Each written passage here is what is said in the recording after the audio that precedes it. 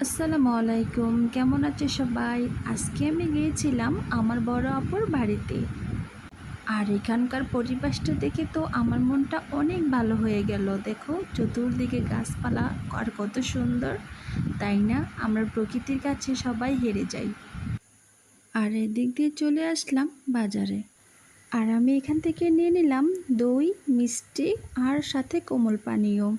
আর এখানকার মিষ্টিগুলো অনেক মজা। ও বানিয়ে দিল লেবুর শরবত, সাথে হচ্ছে পেয়ারা আর মরিচের গুঁড়া। এটা খেতে আমার কাছে অনেক ভালো লেগেছে। আর আর মুড়ি দিয়ে গরুর মাংস খেতে তো আমার কাছে অনেক ভালো লাগে। আর দেখো আমার বোন কত কিছু আইটেম করেছে। বড় বোন মানে পৃথিবীতে আরেকটা শান্তির জায়গা, তাই না? আলহামদুলিল্লাহ। আর এদিক দিয়ে মিষ্টি, দই, অনেক কিছু খেলাম। সবাই ভালো থেকো। আল্লাহ হাফিজ।